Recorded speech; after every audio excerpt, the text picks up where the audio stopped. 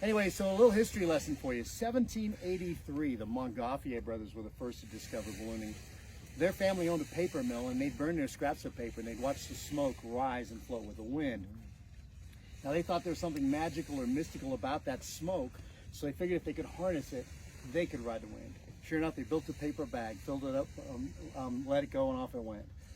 They started building balloons out of linen and hang them over top of the fire, throw all kinds of wet straw and nasty stuff on the fire, and then launching the balloons. And then finally they would fly. So they take off out of Paris, France, and fly into the countryside, kind of like we did today. However, they had no idea that it was the hot air that made the balloon rise. They thought it was the smoke. So they built a fire, put the balloon over top, threw all kinds of wet straw and nasty stuff on the fire to make as much smoke as they could, fill the balloon full, cut the ropes, and off they go. Peaceful, absolutely quiet. Pretty soon it'd cool off and they'd come crashing back to the ground. They had no control. Now, the peasants and farmers back then had no idea that man could fly. And they'd see this thing coming out of the sky with the smoke belching out of it, and they thought it was an alien being or a fire-breathing dragon coming down to destroy their crops or eat their livestock.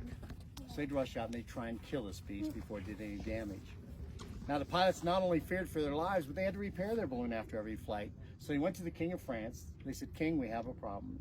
How do we appease the landowners, let them know we're good guys, we're from Earth?" So living in the wine region that they did, the king suggested they carry along a bottle of champagne. Champagne back then was a sign of royalty, had a king's crest on it.